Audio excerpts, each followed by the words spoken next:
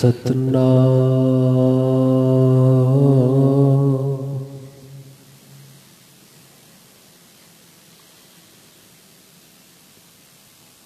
वाहिगुरु साहिब जीओ।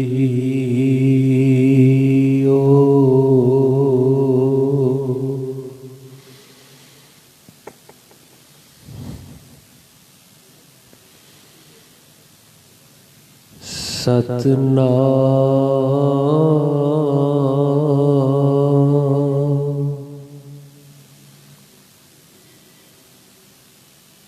वाहिगुरु साहिब जीओ।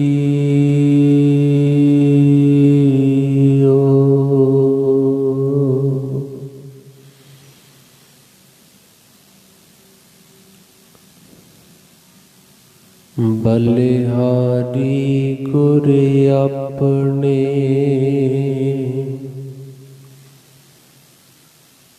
दियो हाड़ी सदबार।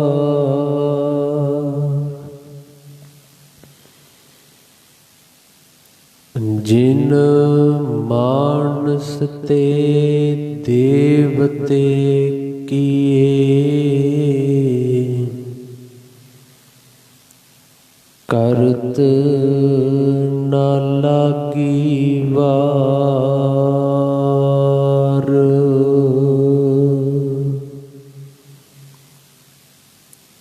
जी सौ चंदा उगवे सूरज चढ़े हजार।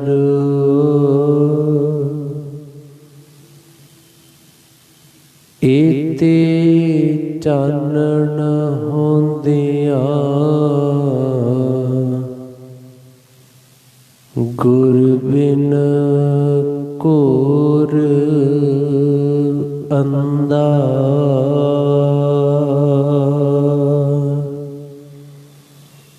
एते चानण होंदियां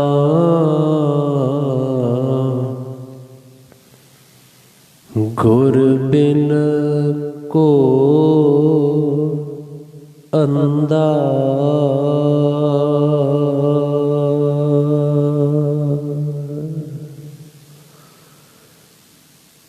चवर छतर तख्त दे मालक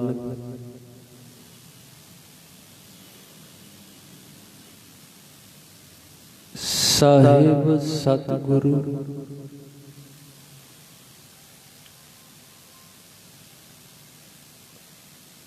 गुरु ग्रंथ साहिब जियां दे पावन चरनां च हजूरी अंदर इकत्र होए सत संगी प्यारे अति सत्कार योग हो। वड्डियां भागां वाले हो। सतगुरां दे पावन चरनां दी हाजरी लगवा रहे। रोजाना ही लड़ीवार इतिहास आपां साझा करते हैं।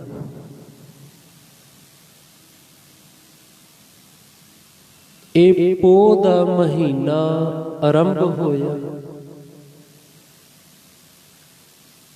ਅੱਜ ਤੋਂ ਉਹ ਹਫਤਾ ਸ਼ੁਰੂ ਹੁੰਦਾ ਆ ਜਿਸ ਹਫਤੇ ਦੇ ਵਿੱਚ ਕੁਝ ਕੁ ਦਿਨਾਂ ਦੇ ਵਿੱਚ ਗੁਰੂ ਗੋਬਿੰਦ ਸਿੰਘ ਜੀਆਂ ਨੇ ਆਪਣੇ ਸਾਰੇ ਪਰਿਵਾਰ ਨੂੰ ਸਿੱਖੀ ਦੇ ਉੱਤੋਂ ਵਾਰ ਦਿੱਤਾ। इस लिए मन सी भी अज इस लड़ी नूं शुरू किया जाए। इस लड़ी नूं समझण वास्ते थोड़ा जा इतिहास नूं पिछे तो शुरू कर दे। ਗੁਰੂ ਗੋਬਿੰਦ ਸਿੰਘ ਪਾਤਸ਼ਾਹ ਜੀਆਂ ਨੇ 14 ਜੰਗਾਂ ਕੀਤੀਆਂ।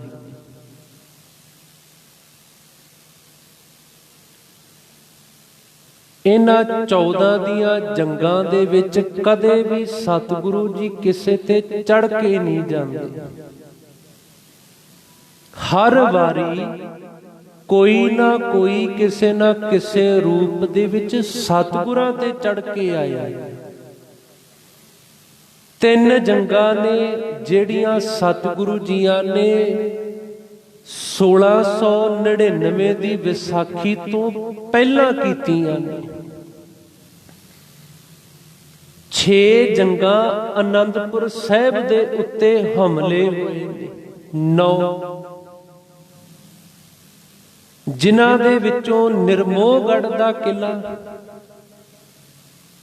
ਇਧਰੋਂ ਸਰਸਾ ਦਾ, ਚਮਕੌਰ ਦਾ ਜੰਗ, ਤੇ ਇੱਕ ਆਖਰੀ ਆ ਜਿਹੜਾ ਮੁਕਤਸਰ ਸਾਹਿਬ ਦਾ, ਜਿਹਨੂੰ ਖਿਦਰਾਣੇ ਦੀ ਢਾਬ।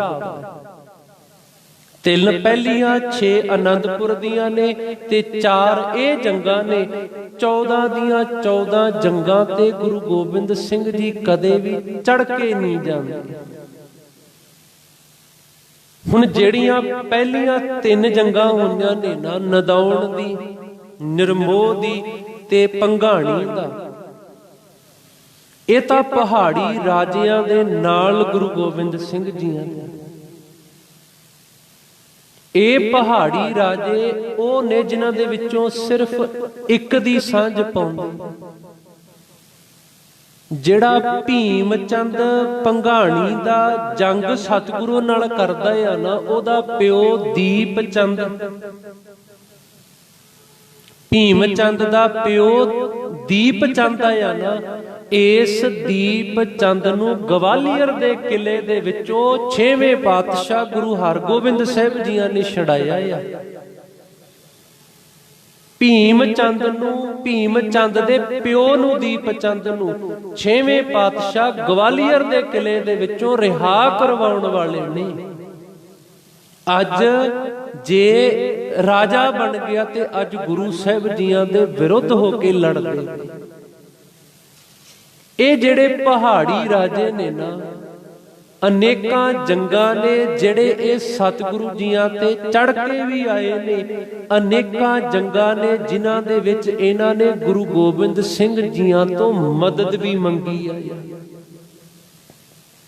ਮਦਦ ਵੀ ਲੈਣ ਆਉਂਦੇ ਨੇ। ਗੁਰੂ ਸਾਹਿਬ ਜੀ ਬਕਾਇਦਾ ਇਹਨਾਂ ਦੀ ਮਦਦ ਵੀ ਕਰਦੇ ਰਹੇ ਨੇ। ਪਰ ਮੈਂ ਉਸ ਵੱਲ ਨਾ ਜਾਵਾਂ। ਅਨੰਦਪੁਰ ਦੇ ਉੱਤੇ 4 ਹਮਲੇ ਹੋ ਚੁੱਕੇ ਨੇ ਤੇ ਚਾਰੇ ਦੇ ਚਾਰੇ ਹਮਲੇ ਇਹਨਾਂ ਪਹਾੜੀ ਰਾਜਿਆਂ ਦੇ ਵੱਲੋਂ ਨੇ। ਪਹਾੜੀ ਰਾਜੇ ਜਿੱਥੇ ਪਹਿਲਾਂ 3 ਜੰਗ ਹਾਰ ਗਏ, 4 ਜੰਗਾਂ ਅਨੰਦਪੁਰ ਦੀਆਂ ਵੀ ਹਾਰ ਗਏ ਨੇ। 7 ਹਾਰਾਂ ਹੁਣ ਤੱਕ ਇਹਨਾਂ ਪਹਾੜੀ ਰਾਜਿਆਂ ਨੇ ਖਾ ਲਈਆਂ ਨੇ। ਹੁਣ ਇਹਨਾਂ ਨੇ ਸਮਝਿਆ ਵੀ ਹੁਣ ਅਨੰਦਪੁਰ ਸਾਹਿਬ ਦੇ ਉੱਤੇ ਜੇ ਹਮਲਾ ਕਰਾਂਗੇ ਤੇ ਸਾਡੀ ਬੇਸਮਝੀ ਤੇ ਬੇਅਕਲੀ ਹੋਣੀ ਆ। ਇੱਕ ਅੱਧੀ ਵਾਰ ਹਾਰ ਨਹੀਂ ਖਾਧੀ, 7 ਵਾਰੀ ਹਾਰ ਚੁੱਕੇ ਆ। ਹੁਣ ਪਹਾੜੀ ਰਾਜਿਆਂ ਨੇ, ਭੀਮ ਚੰਦ ਵਰਗਿਆਂ ਨੇ, ਇਹਨਾਂ ਨੇ ਨਾ ਔਰੰਗਜ਼ੇਬ ਨੂੰ ਲਾਹੌਰ ਦੇ ਵਿੱਚ ਇੱਕ ਚਿੱਠੀ ਪੱਤਰ ਭੇਜਿਆ ਆ ਕਿ ਭਾਈ ਇੱਕ ਸਿੱਖਾਂ ਦੀ ਵੱਡੀ ਧਿਰ ਬਣ ਰਹੀ ਆ। ਜਿਨ੍ਹਾਂ ਗੁਰੂ ਤੇਗ ਬਹਾਦਰ ਜੀਆਂ ਨੂੰ ਤੁਸੀਂ ਨੇ ਦਿੱਲੀ ਦੇ ਚਾਂਦਨੀ ਚੌਂਕ ਵਿੱਚ ਸ਼ਹੀਦ ਕੀਤਾ, ਅੱਗੋਂ ਉਹਨਾਂ ਦਾ ਪੁੱਤ ਗੁਰੂ ਗੋਬਿੰਦ ਗੱਦੀ ਤੇ ਬਹਿ ਕੇ ਜਿਨ੍ਹਾਂ ਦੇ ਹੱਕਾਂ ਦੀਆਂ ਖਾਤਰ ਇਹਨਾਂ ਨੇ ਉਹਨਾਂ ਦੇ ਹੱਥਾਂ, ਗਰੀਬਾਂ ਦੇ ਹੱਥਾਂ 'ਚ ਤਲਵਾਰਾਂ ਫੜਾਤੀਆਂ ਨੇ। ਗਰੀਬ, ਉਹ ਆਮ ਜਨਤਾ, ਉਹ ਆਮ ਲੋਕ ਆਪਣੇ ਹੱਕਾਂ ਦੇ ਲਈ ਸੁਚੇਤ ਹੋਣ ਲੱਗ ਗਏ ਨੇ। ਇਹ ਨਾ ਹੋ ਜਾਵੇ ਅੱਜ ਅਸੀਂ ਇਹਨਾਂ ਤੋਂ 7 ਹਾਰਾਂ ਖਾ ਲਈਆਂ, ਇਹ ਨਾ ਹੋਵੇ ਕੱਲ ਨੂੰ ਇਹ ਕਿਤੇ ਔਰੰਗਜ਼ੇਬ ਤੇਰੇ ਤਖਤੇ ਨੂੰ ਵੀ ਡੋਲਾ ਦੇ। ਹੁਣ ਔਰੰਗਜ਼ੇਬ ਵੀ ਬੜਾ ਹੈਰਾਨ ਹੁੰਦਾ ਆ ਇਸ ਚਿੱਠੀ ਨੂੰ ਪੜ੍ਹ ਕੇ ਲਾਹੌਰ ਦੇ ਵਿੱਚ ਕਿ ਸਿੱਖਾਂ ਦੀ ਐਡੀ ਕਿੱਡੀ ਤਾਕਤ ਆ। ਪਹਾੜੀ ਰਾਜੇ ਜਿਨ੍ਹਾਂ ਦਾ ਕੰਮ ਏ ਲੜਨਾ ਆ, ਜਿਨ੍ਹਾਂ ਦੇ ਕੋਲ ਆਧੁਨਿਕ ਤਰੀਕੇ ਦੇ ਹਥਿਆਰ ਨੇ, ਜਿਹੜੇ ਯੋਧੇ ਕਹਾਉਂਦੇ ਨੇ, ਜਿਨ੍ਹਾਂ ਦੇ ਕੋਲ ਟ੍ਰੇਨਡ ਸੈਨਾਵਾਂ ਹੋਣੀਆਂ ਨੇ। ਦੂਜੇ ਪਾਸੇ ਉਹ ਗੁਰੂ ਗੋਬਿੰਦ ਸਿੰਘ ਜੀ ਜਿਨ੍ਹਾਂ ਦੀਆਂ ਫੌਜਾਂ ਦੇ ਵਿੱਚ ਰਤਨ ਸਿੰਘ ਭੰਗੂ ਜੀ ਲਿਖਦੇ ਨੇ, ਨੀਵੀਆਂ ਜਾਤੀਆਂ ਦੇ ਲੋਕ ਹਲਵਾਈ ਤੱਕ ਸਤਿਗੁਰੂ ਨੇ ਫੌਜ 'ਚ ਭਰਤੀ ਕੀਤੇ ਨੇ। ਇੱਕ ਪਾਸੇ ਫੌਜ ਦੇ ਤਜਰਬੇਕਾਰ ਸੈਨਾਪਤੀ, ਇੱਕ ਪਾਸੇ ਜਿਨ੍ਹਾਂ ਦੇ ਕੋਲ ਕਿਸੇ ਤਰ੍ਹਾਂ ਦਾ ਕੋਈ ਤਜਰਬਾ ਨਹੀਂ, ਨਾ ਉਹ ਯੋਧਿਆਂ ਦੇ ਵਿੱਚ ਗਿਣੇ ਜਾਂਦੇ, ਨਾ ਉਹਨਾਂ ਕੋਲ ਆਧੁਨਿਕ ਹਥਿਆਰ ਨੇ, ਨਾ ਉਹਨਾਂ ਨੂੰ ਸ਼ਸਤਰ ਵਿੱਦਿਆ ਦੀ ਕਿਸੇ ਤਰ੍ਹਾਂ ਦੀ ਕੋਈ ਖੂਬੀ ਆਇਆ। ਇੱਕ ਉਹ ਨੇ, ਉਹਨਾਂ ਦੇ ਪਾਸੋਂ ਇਹ ਪਹਾੜੀ ਰਾਜੇ ਹਾਰ ਖਾਂਦੇ ਨੇ। ਪਰ ਜੇ ਚਿੱਠੀ ਆਈ ਆ ਨਾ ਔਰੰਗਜ਼ੇਬ ਦੇ ਘਰ 'ਚ ਲਾਹੌਰ 'ਚ ਬਹਿ ਕੇ, ਇਹਨੇ ਆਪਣੇ ਸਾਰਿਆਂ ਦੇ ਅੱਗੇ ਇਹ ਮੁੱਦਾ ਰੱਖਿਆ ਆ। ਕਿਹੜਾ ਆ? ਜਿਹੜਾ ਗੁਰੂ ਗੋਬਿੰਦ ਸਿੰਘ ਜੀਆਂ ਨੂੰ ਮੈਨੂੰ ਭਾਵੇਂ ਕੈਦੀ ਰੂਪ ਵਿੱਚ ਲੈ ਕੇ ਆਵੇ, ਭਾਵੇਂ ਉਹਨਾਂ ਦਾ ਸਿਰ ਧੜ ਤੋਂ ਲੱਗ ਕਰਕੇ ਲੈ ਕੇ ਆਵੇ। ਉਦੋਂ ਸੈਦ ਖਾਂ ਉੱਠਿਆ ਆ।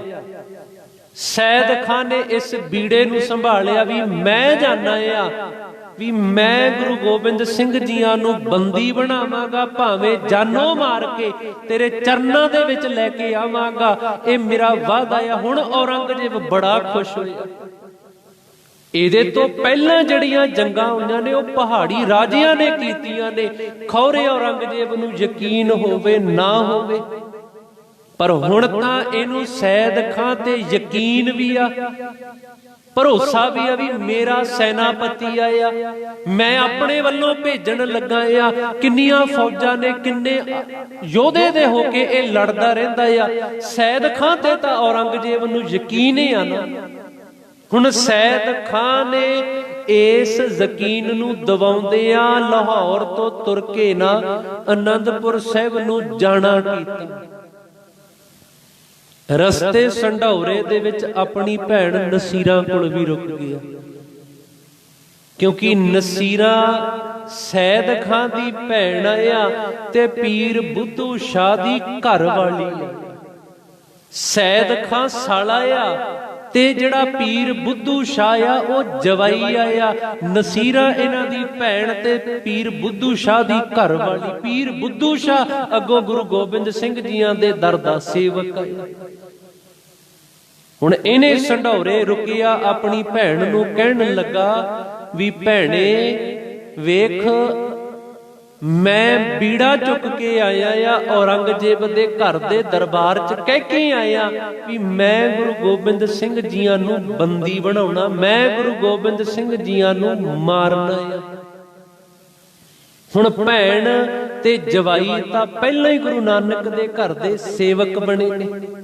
ਉਹਨਾਂ ਨੇ ਸਮਝਾਇਆ ਸੰਢੌਰੇ ਦੇ ਵਿੱਚ ਸੈਦ ਖਾਂ ਜਿਹੜਾ ਕੰਮ ਕਰਨ ਲੱਗਾ ਆ, ਵੇਖੀ ਤੂੰ ਚੱਲਿਆ ਮਾਰਨ, ਆਪ ਨਾ ਮਰ ਕੇ ਆ ਜਾ। ਇੱਕ ਭੈਣ ਆਪਣੇ ਭਾਈ ਨੂੰ ਕਹਿੰਦੀ ਆ ਵੀ ਤੂੰ ਜਿਹੜਾ ਕੰਮ ਕਰਨ ਚੱਲਿਆ ਇਹ ਨਿੰਦਣਯੋਗ ਆ, ਇਹ ਤੂੰ ਗਲਤ ਕਰਨ ਚੱਲਿਆ ਆ, ਨਾ ਕਰ ਅਜਿਹਾ ਕੋਈ ਕੰਮ ਜਿਹਦੇ ਨਾਲ ਤੈਨੂੰ ਗੁਰੂ ਨਾਨਕ ਦੇ ਘਰ ਦੇ ਵਿੱਚੋਂ ਲਾਹਣਤਾਂ ਪੈਣ। ਪਰ ਨਾ ਸਮਝਦਾ ਹੋਇਆ ਨਾ ਭੈਣ ਨੂੰ ਸੁਚੇਤ ਕਰਦਾ ਆ ਵੀ ਭਾਈ ਅੱਗੇ ਜਵਾਈ ਭਾਈ ਨੂੰ ਕਹਿ ਦਵੀਂ ਵੀ ਮੇਰੇ ਅੱਗੇ ਨਾ ਖਲੋਵੇ, ਮੈਂ ਇਹ ਨਹੀਂ ਵੇਖਣਾ ਵੀ ਇਹ ਮੇਰਾ ਜਵਾਈ ਕਿਉਂ, ਮੈਂ ਔਰੰਗਜ਼ੇਬ ਤੋਂ ਇਹ ਵਾਅਦਾ ਲੈ ਕੇ ਤੁਰਿਆ ਹੋਇਆ। ਹੁਣ ਆਨੰਦਪੁਰ ਸਾਹਿਬ ਪਹੁੰਚਿਆ, ਇੱਕ ਪਾਸੇ ਪੀਰ ਬੁੱਧੂ ਸ਼ਾਹ ਵੀ ਹੋਣਾ ਤੇ ਉਹ ਨਸੀਰਾਂ ਵੀ ਤਾਂ ਅਰਦਾਸ ਕਰਦੀ ਹੋਣੀ ਆ। ਇੱਕ ਪਾਸੇ ਮਮਤਾ ਹੋਣੀ ਆ, ਭਾਈ ਦਾ ਪਿਆਰ ਹੋਣਾ, ਦੂਜੇ ਪਾਸੇ ਵੀ ਤਾਂ ਮਾਲਕ ਅੱਗੇ ਅਰਦਾਸਾਂ ਕਰਦੀ ਆ ਨਾ ਵੀ ਮਾਲਕਾ ਇਹ ਬੇਸਮਝ ਨੂੰ ਮਾਰੀ ਨਾ, ਇਸ ਬੇਸਮਝ ਨੂੰ ਤਾਰ ਦੇ। ਹੁਣ ਇਹ 8ਵਾਂ ਜੰਗ ਹੋਣ ਲੱਗਾ ਆ। ਸੈਦ ਖਾਂ ਦੀ ਅਗਵਾਈ ਦੇ ਹੇਠ ਪਹਾੜੀ ਰਾਜਿਆਂ ਦੇ ਨਾਲ ਮਿਲ ਕੇ ਨਾ ਸੈਦ ਖਾਂ ਗੁਰੂ ਆਨੰਦਪੁਰ ਸਾਹਿਬ ਦੇ ਉੱਤੇ 8ਵਾਂ ਹਮਲਾ ਕਰਨ ਚੱਲਿਆ ਆ। ਹੁਣ ਤੁਰਕ ਫੌਜਾਂ ਦੀ ਇਹ ਅਧੀਨਗੀ ਕਰਦਾ। 2 ਦਿਨ ਜੰਗ ਹੁੰਦਾ ਰਿਹਾ। ਆਖਰ ਸੈਦ ਖਾਂ ਨੇ ਗੁਰੂ ਗੋਬਿੰਦ ਸਿੰਘ ਜੀਆਂ ਨੂੰ ਚਿੱਠੀ ਭੇਜੀ ਕਿ ਕਿੰਨਾ ਕੁ ਚਿਰ ਅਸੀਂ ਇਹਨਾਂ ਫੌਜਾਂ ਦੇ ਵਿੱਚ ਜਾਂ ਫੌਜਾਂ ਨੂੰ ਇਹ ਲੜਾਉਂਦੇ ਰਵਾਂਗੇ। ਇੰਜ ਕਰੋ ਤੁਸੀਂ ਆਵੋ ਇਧਰੋਂ, ਮੈਂ ਆਉਣਾ ਆ। ਸੈਨਾਪਤੀ ਅੱਗੇ ਹੋ ਕੇ ਲੜਨਗੇ ਤੇ ਕੋਈ ਲੜਨ ਦਾ ਸਵਾਦ ਵੀ ਆਵੇ। क्यों किसी दे मावां दे पुੱਤ ਅੱਗੇ ਹੋ ਕੇ ਆਪਾਂ ਹੀ ਲੜਦੇ ਆ। ਤੇ ਹੁਣ ਗੁਰੂ ਗੋਬਿੰਦ ਸਿੰਘ ਜੀਆਂ ਨੇ ਚਿੱਠੀ ਨੂੰ ਪੜ੍ਹਿਆ। ਅਗਲੇ ਦਿਨ ਸਤਿਗੁਰੂ ਜੀ ਵੀ ਜੰਗ ਦੇ ਮੈਦਾਨ ਦੇ ਵਿੱਚ, ਅੱਗੋਂ ਸੈਦ ਖਾਂ ਵੀ ਜੰਗ ਦੇ ਮੈਦਾਨ ਵਿੱਚ। ਪਰ ਜਿੱਦਣ ਗੁਰੂ ਗੋਬਿੰਦ ਸਿੰਘ ਜੀਆਂ ਨੂੰ ਇਹ ਸੈਦ ਖਾਂ ਨੇ ਤੱਕਿਆ ਆ, ਬ੍ਰਹਮ ਗਿਆਨੀ ਕੀ ਦ੍ਰਿਸ਼ਟ ਅੰਮ੍ਰਿਤ ਬਰਸੀ ਨਾ, ਜਿਵੇਂ ਮਾਲਕ ਨੂੰ ਤੱਕਿਆ ਆ ਨਾ, ਤੱਕਦਿਆਂ ਸਾਰ ਸਤਿਗੁਰੂ ਜੀਆਂ ਦੇ ਚਰਨਾਂ ਦੇ ਵਿੱਚ ਗਿਰ ਗਏ। ਆਪਣਿਆਂ ਨੂੰ ਕਹਿਣ ਲੱਗਾ, ਹੋਇਆ ਕੋਈ ਵੀ ਤੀਰ ਨਾ ਚਲਾਇਓ। ਗੁਰੂ ਗੋਬਿੰਦ ਸਿੰਘ ਪਾਤਸ਼ਾਹ ਤੇ ਕਿਸੇ ਨੇ ਵੀ ਕਿਸੇ ਤਰ੍ਹਾਂ ਦਾ ਹਮਲਾ ਨਹੀਂ ਕਰਨਾ। ਜਿੱਦਣ ਤੱਕਿਆ ਆ ਜੰਗ ਦੇ ਮੈਦਾਨ ਵਿੱਚ, ਜਿਵੇਂ ਗੁਰੂ ਸਾਹਿਬ ਜੀ ਆਏ ਨੇ ਨਾ, ਇਹਨੇ ਵੇਖਦਿਆਂ ਸਾਰੇ ਆਪਣੀਆਂ ਤਲਵਾਰਾਂ ਛੱਡੀਆਂ। ਸਤਿਗੁਰਾਂ ਦੇ ਪੈਰਾਂ ਦੇ ਵਿੱਚ ਬੜੇ ਪਹਾੜੀ ਰਾਜੇ ਆਏ, ਬੜੇ ਆਏ। ਓਏ ਕਿੱਧਰ ਨੂੰ ਤੁਰ ਚੱਲਿਆ ਸੈਦ ਖਾਂ, ਇਹਨਾਂ ਨੂੰ ਤਾਂ ਮਾਰਨਾ ਆ। ਓਏ ਨਹੀਂ, ਇਹਨਾਂ ਨੇ ਕਿੱਥੇ ਇਹਨਾਂ ਨੂੰ ਮਾਰਨਾ, ਓਏ ਇਹਨਾਂ ਨੇ ਤਾਂ ਮੈਨੂੰ ਤਾਰਨਾ ਆ, ਮੈਂ ਨਹੀਂ ਇਹਨਾਂ ਦੇ ਨਾਲ। ਹੁਣ ਇਹ ਸੈਦ ਖਾਂ ਇੱਥੇ 8ਵੀਂ ਜੰਗ ਦੇ ਵਿੱਚ ਸਤਿਗੁਰੂ ਜੀਆਂ ਦੇ ਘਰ ਦਾ ਫਕੀਰ ਵੀ ਬਣਦਾ ਆ, ਸੇਵਾਦਾਰ ਬਣਦਾ ਆ। ਦਮਦਮਾ ਸਾਹਿਬ ਵੀ ਗਿਆ, ਨੰਦੇੜ ਦੀ ਧਰਤੀ ਤੱਕ ਗੁਰੂ ਗੋਬਿੰਦ ਸਿੰਘ ਜੀਆਂ ਦੇ ਨਾਲ ਸੇਵਾ ਨਿਭਾਉਣ ਵਾਲਾ ਇਹ ਸੈਦ ਖਾਂ, ਜਿਹੜਾ ਪੀਰ ਬੁੱਧੂ ਸ਼ਾਹ ਦਾ ਸਾਲਾ ਲੱਗਦਾ। ਇਹ 8ਵਾਂ ਜੰਗ ਵੀ ਆਨੰਦਪੁਰ ਸਾਹਿਬ ਜੀਆਂ ਦਾ, ਇਹ ਵੀ ਸਿੱਖਾਂ ਦੇ ਹਿੱਸੇ। ਗੁਰੂ ਗੋਬਿੰਦ ਸਿੰਘ ਜੀ ਇਸ ਜੰਗ ਤੇ ਵੀ ਫਤਿਹ ਪਾਉਂਦੇ। ਹੁਣ ਜਦੋਂ ਇਹ ਸੈਦ ਖਾਂ ਦੇ ਬਦਲਣ ਦੀ ਗੱਲ ਔਰੰਗਜ਼ੇਬ ਨੂੰ ਪਤਾ ਲੱਗੀ, ਹੁਣ ਔਰੰਗਜ਼ੇਬ ਕਰੜਾ ਹੋਇਆ। ਹੁਣ ਉਹਨੇ ਲਾਹੌਰ ਤੋਂ ਆਪਣੇ ਵੱਲੋਂ ਇੱਕ ਜ਼ਬਰਦਸਤ ਖਾਂ ਨੂੰ ਭੇਜਿਆ, ਸਰਹੰਦ ਤੋਂ ਵਜ਼ੀਰ ਖਾਂ ਨੂੰ ਭੇਜਿਆ ਆ, ਭੀਮ ਚੰਦ ਪਹਾੜੀ ਰਾਜੇ ਨੂੰ ਭੇਜਿਆ ਆ, ਕਾਂਗੜ ਤੋਂ ਘਮੰਡ ਰਾਏ ਨੂੰ ਭੇਜਿਆ ਆ। ਅਨੇਕਾਂ ਹੀ ਨੇ ਜਿਹੜੇ ਇਹਨੇ ਵੱਡੇ ਵੱਡੇ ਸੈਨਾਪਤੀ, ਤਕਰੀਬਨ 10 ਲੱਖ ਦੀ ਫੌਜ ਦੇ ਨਾਲ 9ਵਾਂ ਹਮਲਾ ਆਨੰਦਪੁਰ ਸਾਹਿਬ ਜੀਆਂ ਦੇ ਉੱਤੇ ਕਰਨ ਦਾ ਇਹਨਾਂ ਨੇ ਪ੍ਰਯੋਜਨ ਬਣਾਇਆ ਆ। ਮਈ ਦੇ ਵਿੱਚ ਇਹਨਾਂ ਨੇ ਆਨੰਦਪੁਰ ਸਾਹਿਬ ਜੀਆਂ ਦੇ ਕੋਲ ਪਹੁੰਚ ਕੇ ਆਨੰਦਪੁਰ ਸਾਹਿਬ ਜੀਆਂ ਨੂੰ ਘੇਰਾ ਪਾ ਲਿਆ। ਮਈ ਤੋਂ ਲੈ ਕੇ ਦਸੰਬਰ ਤੱਕ ਇਹਨਾਂ ਨੇ ਘੇਰਾਬੰਦੀ ਰੱਖੀ ਆ। ਅਸੀਂ ਤਾਂ ਘੇਰਾਬੰਦੀ ਕਹਿ ਦੇਣਾ ਸੌਖਾ ਆ, ਪਰ ਉਸ 7 ਮਹੀਨਿਆਂ ਦੀ ਘੇਰਾਬੰਦੀ ਦੇ ਵਿੱਚ ਕਿਵੇਂ ਸਤਿਗੁਰੂ ਜੀ ਰਹੇ ਹੋਣੇ ਨੇ। ਇਸੇ ਘੇਰਾਬੰਦੀ ਦੇ ਵਿੱਚ, ਜਿਹਨੂੰ ਰਤਨ ਸਿੰਘ ਭੰਗੂ ਜੀ ਲਿਖਦੇ ਨੇ ਵੀ 2 ਜਾਂਦੇ ਨੇ ਜਿਨ੍ਹਾਂ ਦੇ ਵਿੱਚੋਂ ਇੱਕ ਪਾਣੀ ਲੈ ਕੇ ਵਾਪਸ ਆਉਂਦਾ, ਇੱਕ ਰਸਦ ਲੈ ਕੇ ਵਾਪਸ ਆਉਂਦਾ, ਇੱਕ ਵੈਰੀਆਂ ਨਾਲ ਲੜਦਾ ਲੜਦਾ ਸ਼ਹਾਦਤ ਦੇ ਜਾਮ ਪੀਂਦਾ ਆ। ਉੱਥੇ ਬੱਚੇ ਵੀ ਰਹਿੰਦੇ ਨੇ ਆਨੰਦਪੁਰ ਦੇ ਕਿਲੇ ਦੇ ਅੰਦਰ, ਸਹਿਬਜ਼ਾਦੇ ਹੋਰ ਅਨੇਕਾਂ ਮਾਤਾਵਾਂ ਭੈਣਾਂ ਨੇ, ਬੱਚੇ ਨੇ, ਬਜ਼ੁਰਗ ਬੈਠੇ ਨੇ, ਸਿੰਘ ਰਹਿੰਦੇ ਨੇ। ਸਤਿਗੁਰੂ ਜੀਆਂ ਦਾ ਖੁਦ ਦਾ ਆਪਣਾ ਵੀ ਪਰਿਵਾਰ ਆਇਆ, ਸਾਰੇ ਆਨੰਦਪੁਰ ਦੇ ਉਸ ਘੇਰੇ ਦੇ ਵਿੱਚ ਨੇ। 7 ਮਹੀਨੇ ਦਾ ਉਹ ਘੇਰਾ ਚੱਲਦਾ ਆ। ਜਦੋਂ ਨਾ ਕੁਝ ਸਮਝ ਲੱਗਿਆ ਇਹਨਾਂ ਨੂੰ ਨਾ, ਵੀ ਅਸੀਂ ਇਹਨਾਂ ਨੂੰ ਘੇਰੇ ਦੇ ਵਿੱਚ ਰੱਖ ਕੇ ਵੀ ਮਾਰ ਨਹੀਂ ਸਕਦੇ, ਘੇਰੇ ਵਿੱਚ ਰੱਖ ਕੇ ਵੀ ਇਹਨਾਂ ਦਾ ਅੰਤ ਨਹੀਂ ਕਰ ਸਕਦੇ। ਇਹ 2 ਆਉਂਦੇ ਨੇ, ਜਿੰਨੀ ਇਹਨਾਂ ਦੀ ਲੋੜ ਆ ਇਹ ਲੈ ਕੇ ਵਾਪਸ ਮੁੜ ਜਾਂਦੇ ਨੇ, ਇੱਕ ਇਹਨਾਂ ਦਾ ਵਾਰਿਆ ਜਾਂਦਾ। ਇਸ ਹਿਸਾਬ ਦੇ ਨਾਲ ਤਾਂ ਨਹੀਂ ਜੰਗ ਜਿੱਤਣਾ। ਅੱਕ ਕੇ ਇਹਨਾਂ ਨੇ ਆਪਣੇ ਧਰਮਾਂ ਦੀਆਂ, ਕਿਸੇ ਨੇ ਮੁਸਲਮਾਨ ਜ਼ਬਰਦਸਤ ਖਾਂ, ਵਜ਼ੀਰ ਖਾਂ ਦੇ ਕਾਜ਼ੀਆਂ ਵਰਗੀਆਂ ਨੇ ਆ ਕੇ ਕੁਰਾਨ ਸ਼ਰੀਫ ਦੀਆਂ ਕਸਮਾਂ ਖਾਧੀਆਂ ਨੇ। ਪਹਾੜੀ ਰਾਜਿਆਂ ਨੇ ਹਿੰਦੂਆਂ ਦੇ ਧਾਰਮਿਕ ਗ੍ਰੰਥਾਂ ਦੀਆਂ ਕਸਮਾਂ ਖਾਧੀਆਂ ਨੇ। ਝੂਠੀ ਦੀਆਂ ਗਊਆਂ ਬਣਾ ਬਣਾ ਕੇ ਉਹਨਾਂ ਦੀਆਂ ਕਸਮਾਂ ਚੁੱਕੀਆਂ ਕਿ ਸਾਨੂੰ ਆਨੰਦਪੁਰ ਸਾਹਿਬ ਦਾ ਕਿਲਾ ਚਾਹੀਦਾ ਆ, ਕਿਲਾ ਛੱਡ ਦਿਓ, ਅਸੀਂ ਔਰੰਗਜ਼ੇਬ ਨੂੰ ਕਹਿਣ ਜੋਗੇ ਹੋਵਾਂਗੇ ਵੀ ਅਸੀਂ ਕਿਲੇ ਨੂੰ ਜਿੱਤ ਲਿਆ, ਸਾਨੂੰ ਤੁਹਾਡੇ ਤੱਕ ਕੋਈ ਨਹੀਂ, ਤੁਸੀਂ ਕਿਲਾ ਛੱਡ ਦਵੋ। ਗੁਰੂ ਸਾਹਿਬ ਜੀਆਂ ਨੇ ਕਿਲਾ ਤਾਂ ਛੱਡਿਆ ਆ ਜੇ ਉਹਨਾਂ ਦੇ ਧਾਰਮਿਕ ਚਿੰਨ੍ਹ ਤੇ ਧਾਰਮਿਕ ਗ੍ਰੰਥ ਅੱਗੇ ਹੋ ਕੇ ਪੁਕਾਰਾਂ ਕਰਦੇ ਨੇ। ਨਹੀਂ ਤਾਂ ਸਤਿਗੁਰੂ ਜੀਆਂ ਦੀਆਂ ਫੌਜਾਂ ਨੇ ਉਸੇ ਆਨੰਦਪੁਰ ਦੇ ਕਿਲੇ ਨੂੰ ਜਿੱਤਣਾ ਵੀ ਆਇਆ ਤੇ ਉਸੇ ਆਨੰਦਪੁਰ ਦੇ ਵਿੱਚ ਸਤਿਗੁਰਾਂ ਨੇ ਆਪਣੇ ਆਪੇ ਨੂੰ ਵੀ ਵਾਰਨਾ ਸੀ। ਪਰ ਇਹਨਾਂ ਦੇ ਧਾਰਮਿਕ ਗ੍ਰੰਥਾਂ ਦੀਆਂ ਕਸਮਾਂ ਦੇ ਅਧੀਨ ਹੁਣ ਸਤਿਗੁਰੂ ਜੀਆਂ ਨੇ ਜਿਹੜੀ ਰਾਤ ਅਸੀਂ ਬਤੀਤ ਕੀਤੀ ਆ ਨਾ, ਭਾਵ ਕੀ ਜਿਹੜੀ ਕੱਲ ਦੀ ਰਾਤ ਆ ਜਿਹੜੀ ਬਤੀਤ ਹੋ ਚੁੱਕੀ ਆ, ਇਸ ਰਾਤ ਨੂੰ ਨਾ ਸਤਿਗੁਰੂ ਜੀ ਆਪਣੀਆਂ ਸਾਰੀਆਂ ਫੌਜਾਂ ਆਪਣੇ ਪਰਿਵਾਰ ਨੂੰ ਲੈ ਕੇ ਨਾ ਅਨੰਦਪੁਰ ਸਾਹਿਬ ਦਾ ਕਿਲਾ ਛੱਡ ਦੇ। ਇਹ ਉਹ ਕਿਲਾ ਹੈ ਜਿੱਥੇ ਸਤਿਗੁਰਾਂ ਦਾ ਬਚਪਨ ਬੀਤਿਆ। ਇਹ ਉਹੀ ਕਿਲਾ ਆ ਅਨੰਦਪੁਰ ਜਿੱਥੇ ਸਤਿਗੁਰੂ ਨੇ ਆਪਣੇ ਪਿਓ ਨੂੰ ਦਿੱਲੀ ਨੂੰ ਰਵਾਨਾ ਕੀਤਾ। ਇਹ ਅਨੰਦਪੁਰ ਦਾ ਉਹੀ ਕਿਲਾ ਆ ਜਿੱਥੇ ਵਿਸਾਖੀ ਨੂੰ ਖਾਲਸੇ ਦੀ ਸਾਜਨਾ ਕਰਕੇ ਆਪ ਗੋਬਿੰਦ ਰਾਏ ਤੋਂ ਗੋਬਿੰਦ ਸਿੰਘ ਬਣੇ ਨੇ। ਇਹ ਉਹੀ ਅਨੰਦਪੁਰ ਦਾ ਕਿਲਾ ਜਿੱਥੇ 5 ਕਿਲੇ ਬਣਾ ਕੇ ਮੇਰੇ ਮਾਲਕ ਨੇ ਆਪਣਿਆਂ ਸਿੱਖਾਂ ਨੂੰ ਸ਼ਸਤਰਧਾਰੀ ਹੋਣ ਦੇ ਨਾਲ ਨਾਲ ਸ਼ੁੱਧ ਦੀ ਯੁੱਧ ਦੀ ਵਿਦਿਆ ਵੀ ਮਾਲਕ ਨੇ ਸਮਝਾਈ ਸੀ। ਇਹ ਉਹੀ ਅਨੰਦਪੁਰ ਆਇਆ। ਹੁਣ ਇਸ ਅਨੰਦਪੁਰ ਦੇ ਨਾਲ ਤਾਂ ਗੁਰੂ ਸਾਹਿਬ ਜੀਆਂ ਦਾ ਇੰਨਾ ਰਿਸ਼ਤਾ ਆ, ਪਰ ਸਤਿਗੁਰੂ ਜੀ ਸਾਰਾ ਕੁਝ ਤਿਆਗ ਕੇ ਨਾ ਇਸ ਅਨੰਦਪੁਰ ਦੇ ਕਿਲੇ ਦੇ ਵਿੱਚੋਂ ਜਿਹੜੀ ਬੀਤ ਚੁੱਕੀ ਰਾਤ ਆ ਸਾਡੀ, ਉਸ ਰਾਤ ਨੂੰ ਸਤਿਗੁਰੂ ਜੀਆਂ ਨੇ ਨਿਕਲਣਾ ਕੀਤਾ ਆ। ਕਦੇ ਆਪ ਸਮਝ ਲੈ ਕੇ ਤੁਰਿਓ ਇਸ ਗੱਲ ਦੀ। ਅਨੰਦਪੁਰ ਸਾਹਿਬ ਅਸੀਂ ਵੀ ਜਾਂਦੇ ਆ ਨਾ, ਅਸੀਂ ਵੀ ਜਾਂਦੇ ਹਾਂ। ਅਨੰਦਪੁਰ ਸਾਹਿਬ ਤੋਂ ਕੀਰਤਪੁਰ ਸਾਹਿਬ ਦੇ ਲਾਗੇ ਹੀ ਉਹ ਸਰਸਾ ਦਾ ਕੰਢਾ ਆ। ਜੇ ਅਸੀਂ ਵੇਖਦੇ ਹਾਂ ਕਦੇ ਇਸ ਹਿਸਾਬ ਦੇ ਨਾਲ ਅਨੰਦਪੁਰ ਸਾਹਿਬ ਜਾਇਓ ਵੀ ਆਪਣੇ ਬੱਚਿਆਂ ਨੂੰ ਦੱਸ ਸਕੋ ਕਿ ਬੱਚਿਓ ਉਹ ਸੀ ਅਨੰਦਪੁਰ ਸਾਹਿਬ ਦਾ ਕਿਲਾ ਜਿੱਥੇ ਨਮਸਕਾਰ ਕੀਤੀ ਆ। ਆਇਆ ਕੀਰਤਪੁਰ ਸਾਹਿਬ ਦੇ ਲਾਗੇ ਸਰਸਾ ਦਾ ਕੰਢਾ, ਇੱਥੋਂ ਤੱਕ ਸਤਿਗੁਰੂ ਜੀ ਆਪਣੇ ਬੱਚਿਆਂ ਨੂੰ ਨਾਲ ਲੈ ਕੇ ਆਉਂਦੇ। ਕਿੰਨਾ ਪੈਂਡਾ ਹੋਣਾ ਹੈ, 11-12 ਕਿਲੋਮੀਟਰ ਦਾ ਸਫ਼ਰ ਆਇਆ ਜਿਹੜਾ ਸਤਿਗੁਰੂ ਜੀਆਂ ਨੇ ਰਾਤ ਦੇ ਹਨੇਰੇ ਦੇ ਵਿੱਚ ਕੀਰਤਪੁਰ ਸਾਹਿਬ ਉਹ ਸਰਸਾ ਦੇ ਕੰਢੇ ਤੱਕ ਪਹੁੰਚੇ ਹੋਣੇ ਨੇ। ਕਿਵੇਂ ਪਹੁੰਚੇ ਹੋਣੇ ਨੇ?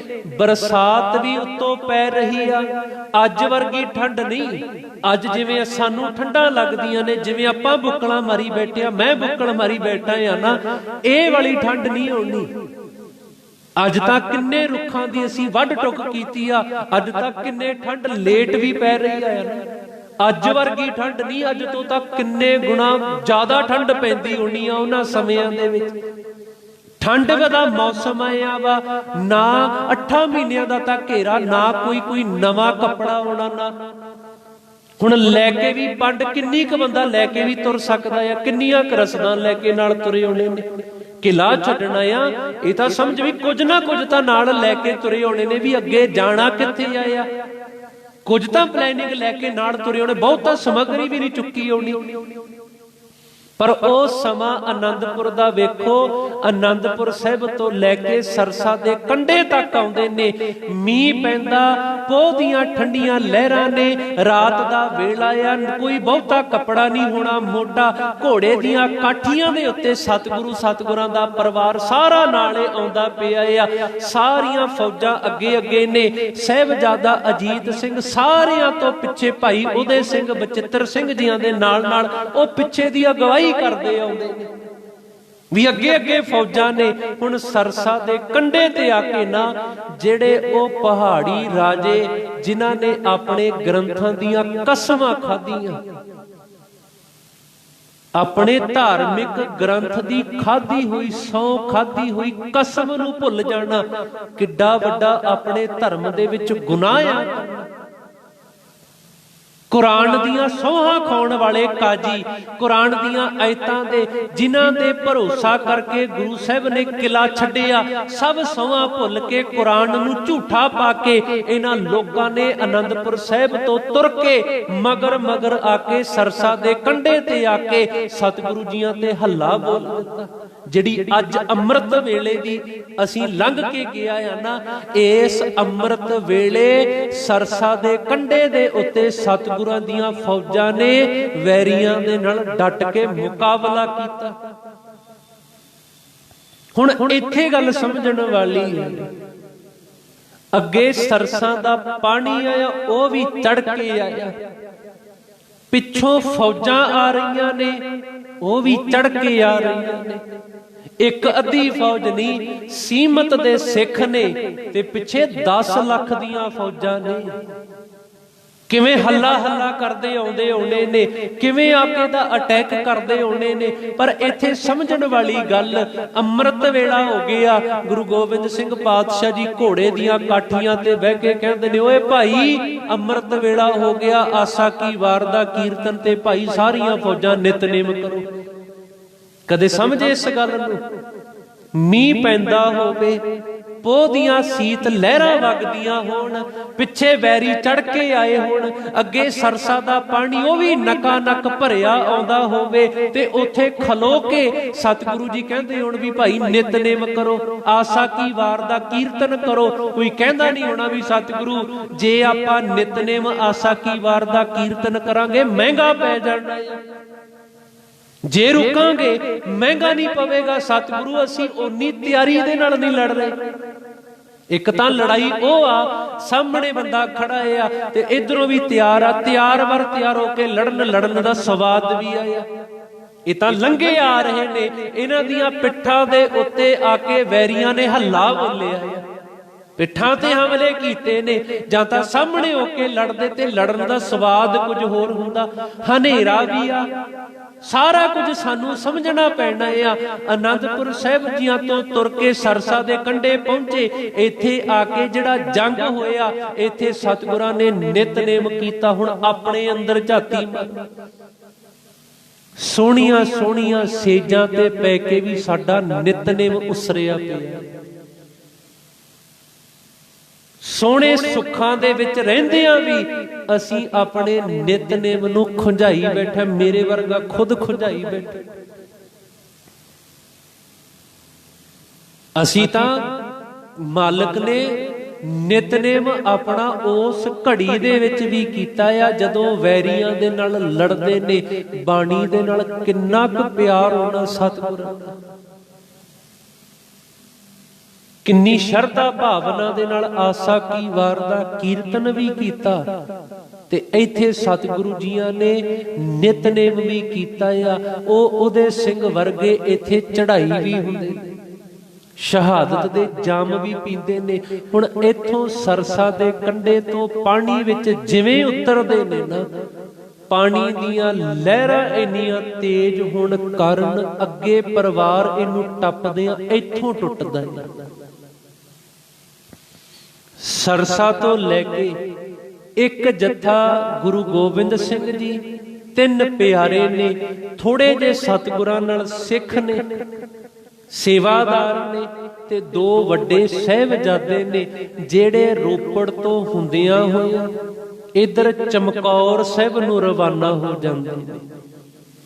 ਕਦੇ ਇਹ ਵੀ ਸਫ਼ਰ ਵੇਖਿਓ, ਸਰਸਾ ਤੋਂ ਲੈ ਕੇ ਚਮਕੌਰ ਦੀ ਕਿੰਨੀ, ਵਾਹਿਗੁਰੂ ਰੋਪੜ ਦੀ ਕਿੰਨੀ ਵਾਟ ਆ, ਤੇ ਰੋਪੜ ਤੋਂ ਲੈ ਕੇ 11-12 ਕਿਲੋਮੀਟਰ ਫੇਰ ਅੱਗੇ ਚਮਕੌਰ ਸਾਹਿਬ ਦੀ ਧਰਤੀ। ਕਿਵੇਂ ਅੱਜ ਦਾ ਸਾਰਾ ਦਿਨ, ਅੱਜ ਜਿਹੜਾ ਦਿਨ ਬਤੀਤ ਹੋਇਆ ਨਾ, ਇਹ ਸਾਰੇ ਦਿਨ ਦੇ ਵਿੱਚ ਸਤਿਗੁਰੂ ਜੀ ਤੇ ਸਤਿਗੁਰਾਂ ਦੇ ਵੱਡੇ ਸਾਹਿਬਜ਼ਾਦੇ, 3 ਪਿਆਰੇ, ਕਈ ਸਿੱਖ ਨੇ, ਕਈ ਸਿੱਖ ਸਤਿਗੁਰੂ ਜੀਆਂ ਦੇ ਨਾਲ ਅੰਮ੍ਰਿਤ ਵੇਲੇ ਤੋਂ ਲੈ ਕੇ ਕਿਵੇਂ ਤੁਰੇ ਹੋਣਗੇ। ਘਨੌਲੀਓ ਹੁੰਦੇ, ਰੋਪੜੋਂ ਹੁੰਦੇ ਚਮਕੌਰ ਸਾਹਿਬ ਵੱਲ ਨੂੰ। ਅੱਜ ਦੀ ਰਾਤ ਨੂੰ ਸਤਿਗੁਰੂ ਜੀਆਂ ਨੇ ਚਮਕੌਰ ਸਾਹਿਬ ਦੇ ਵਿੱਚ ਪਹੁੰਚ ਜਾਣਾ ਆ।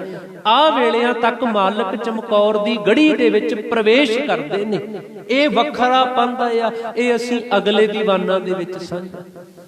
ਇਹ ਪਰਿਵਾਰ ਇਧਰੋਂ ਵਿਛੜ ਜਾਂਦਾ ਆ, ਦੂਜਾ ਪਰਿਵਾਰ ਜਿਹਦੇ ਵਿੱਚ ਮਾਤਾ ਗੁਜਰ ਕੌਰ ਜੀ ਤੇ ਸਤਿਗੁਰਾਂ ਦੇ ਛੋਟੇ ਸਾਹਿਬਜ਼ਾਦੇ ਜੋਰਾਵਰ ਤੇ ਬਾਬਾ ਫਤਿਹ ਸਿੰਘ ਜੀ ਨੇ ਨਾ, ਇਹ ਨੇ ਇਹ ਇਸੇ ਸਰਸਾ ਤੋਂ ਅੱਗੇ ਲੰਘਦਿਆਂ ਸਾਰੇ ਇੱਕ ਕੰਮੋ ਮਾਸ਼ਕੀ ਦੀ ਝੁੱਗੀ ਦੇ ਵਿੱਚ ਰੁਕਣਾ ਕਰਦੇ। ਇਹਨਾਂ ਨੇ ਅੱਜ ਦਾ ਦਿਨ ਕੰਮੋ ਮਾਸ਼ਕੀ ਦੇ ਘਰ ਦੇ ਵਿੱਚ ਰਹਿਣਾ ਕੀਤਾ। ਇਹ ਵੱਖਰਾ ਪੰਧ ਆ। ਇਹ ਅਗਲੇ ਦਿਨਾਂ ਦੇ ਵਿੱਚ ਜਿਵੇਂ ਜਿਵੇਂ ਦਿਨ ਹੋਣਗੇ ਤਿਵੇਂ ਤਿਵੇਂ ਸਾਂਝਾ ਕੀਤਾ ਜਾਂਦਾ। ਹੁਣ ਇਹਦੇ ਤੋਂ ਤੀਜਾ ਜਿਹੜਾ ਪੰਧ ਆ ਨਾ, ਉਹ ਪੰਧ ਆਇਆ ਵਾ ਸਤਿਗੁਰੂ ਜੀਆਂ ਦੇ ਘਰ ਦੇ ਮਾਤਾ ਸਾਹਿਬ ਕੌਰ ਜੀ ਨੇ ਨਾ ਇਹ ਸਿੱਖਾਂ ਦੀ ਅਗਵਾਈ ਦੇ ਹੇਠ ਦਿੱਲੀ ਵੱਲ ਨੂੰ ਰਵਾਨਾ ਹੋ ਜਾਂਦੇ। ਕਦੇ ਇਸ ਗੱਲ ਨੂੰ ਸਮਝੇ ਅਨੰਦਪੁਰ ਸਾਹਿਬ ਛੱਡਿਆ ਕਿਹਨਾਂ ਵਾਸਤੇ? ਆਪਣੇ ਪਰਿਵਾਰ ਨੂੰ ਖੇਰੂ ਖੇਰੂ ਕਰਵਾਇਆ ਕਿਹਨਾਂ ਵਾਸਤੇ? ਇੰਨੇ ਦੁਖੜੇ ਸਹੇ ਨੇ ਕਿਹਨਾਂ ਵਾਸਤੇ? ਕਿਤੇ ਸੌਖੀ ਗੱਲ ਆ? ਕਿਤੇ ਸਾਡਾ ਬੱਚਾ ਵਿਦੇਸ਼ਾਂ ਨੂੰ ਜਾਂਦਾ ਆ, ਪਤਾ 2-4 ਸਾਲਾਂ ਬਾਅਦ ਮਿਲ ਜਾਣਾ ਆ, ਰੋਜ਼ ਗੱਲਾਂ ਹੋ ਜਾਣੀਆਂ ਨੇ, ਪਰ ਮਾਂ ਦੇ ਹਿਰਦੇ ਤੋਂ ਪੁੱਛੋ ਤਾਂ ਸੀ ਅੰਦਰ ਦਾ ਵਲੂੰਦਰਿਆ ਜਾਂਦਾ ਆ। ਪਿਓ ਤਾਂ ਸਾਹਮਣੇ ਹੋ ਕੇ ਰੋਂਦਾ ਨਹੀਂ ਹੋਣਾ, ਪਰ ਅੰਦਰ ਵੜ ਵੜ ਕੇ ਤਾਂ ਅੱਖਾਂ 'ਚ ਪਾਣੀ ਆਉਂਦਾ ਹੀ ਆ ਵੀ ਜਿਹੜੇ ਪੁੱਤ ਨੂੰ ਮੈਂ ਚਾਵਾਂ ਲਾਡਾਂ ਨਾਲ ਪਾਲਿਆ ਅੱਜ ਮੇਰੀਆਂ ਅੱਖਾਂ ਤੋਂ ਦੂਰ ਹੋਣ ਲੱਗਿਆ। ਕੀ ਗੁਰੂ ਗੋਬਿੰਦ ਸਿੰਘ ਜੀਆਂ ਦਾ ਅੰਦਰ ਦਾ ਕਿਵੇਂ ਦਾ ਹੋਣਾ ਆ ਪਤਾ ਆ। ਜਿਹੜਾ ਅੱਜ ਇਹ ਪਰਿਵਾਰ ਟੁੱਟ ਗਿਆ ਆ, ਮੋੜੇ ਨੇ ਇਕੱਠਾ ਨਹੀਂ ਹੋਣਾ। ਪਿੱਛੇ 10 ਲੱਖ ਦੀ ਫੌਜ, ਇਹਨੂੰ ਨਾ ਕਦੇ 10 ਲੱਖ ਦੀਆਂ ਫੌਜਾਂ ਪਿੱਛੇ ਪਿੱਛੇ ਆ ਰਹੀਆਂ ਨੇ।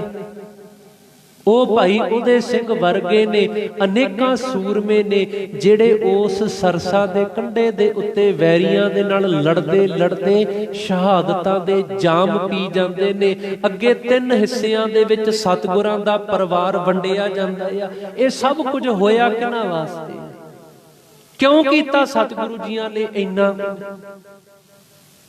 ਕਦੇ ਬਹਿ ਕੇ ਸਮਝੀਏ ਤਾਂ ਅਸੀਂ ਇਸ ਗੱਲ ਨੂੰ ਵੀ ਅਸੀਂ ਜਿਹੜੇ ਸ਼ਬਦ ਪੜ੍ਹਦੇ ਆ ਨਾ, ਗੁਰੂ ਤੇਗ ਬਹਾਦਰ ਜੀਆਂ ਦਾ ਇੱਕ ਪਾਵਨ ਬੋਲ ਅਸੀਂ ਸਭ ਪਾਵਨ ਹੁਕਮ ਰੂਪ ਵਿੱਚ ਸ਼ਰਵਣ ਕਰਦੇ ਆ।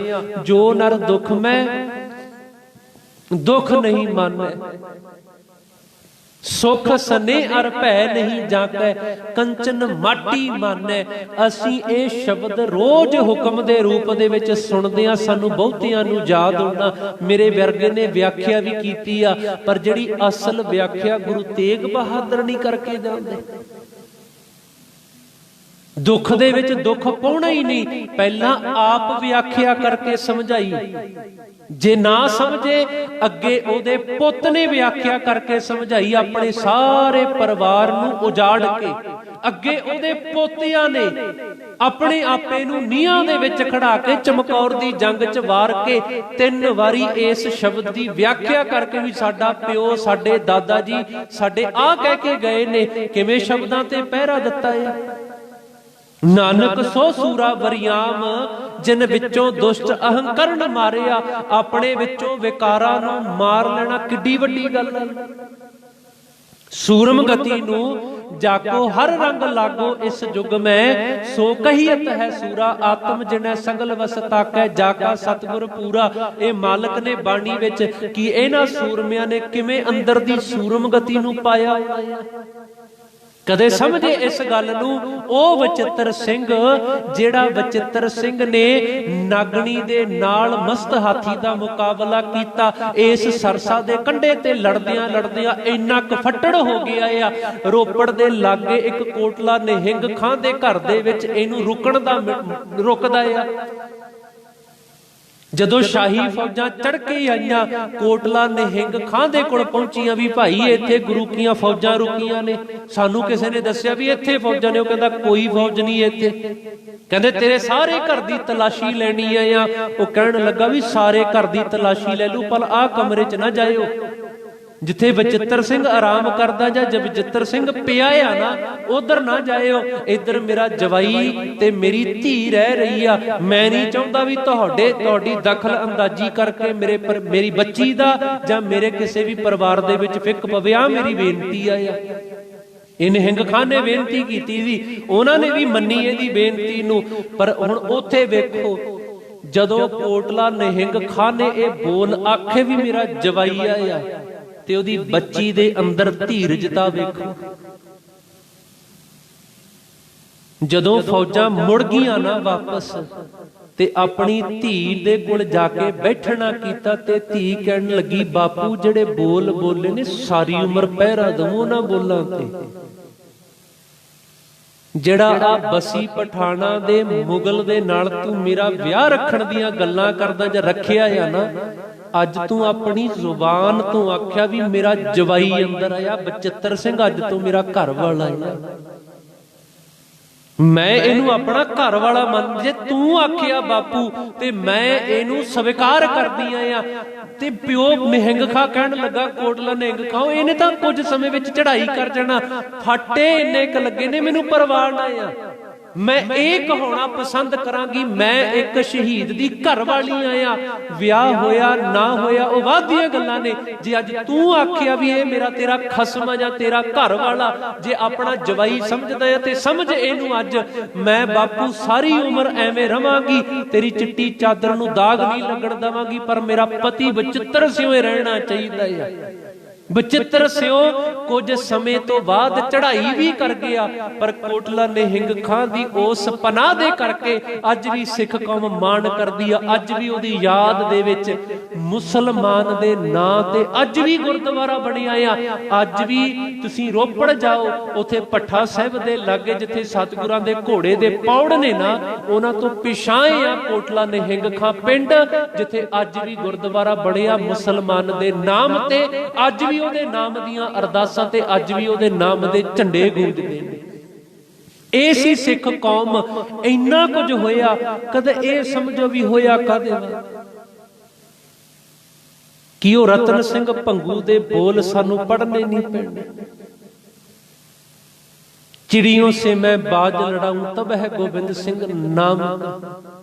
ਇਹ ਜਿਹੜੀ ਆ ਮਜਲੂਮ ਆ ਜਾਂ ਆ ਜਿਹੜੀ ਸਿੱਖ ਸੰਗਤ ਆ, ਜਿਹੜੀ ਆ ਪਰਜਾ ਜਿਨ੍ਹਾਂ ਦੇ ਉੱਤੇ ਹੁਣ ਤੱਕ ਪਹਾੜੀ ਰਾਜਿਆਂ ਨੇ ਮੁਸਲਮਾਨਾਂ ਨੇ ਕਹਿ ਰਟਾਇਆ, ਮੈਂ ਇਹਨਾਂ ਨੂੰ ਇਹਨਾਂ ਦੇ ਹੱਕਾਂ ਦੀ ਖਾਤਰ, ਸੈਲਫ ਰਿਸਪੈਕਟ ਦੀ ਖਾਤਰ ਖਲੋਣਾ ਸਿਖਾਵਾਂਗਾ।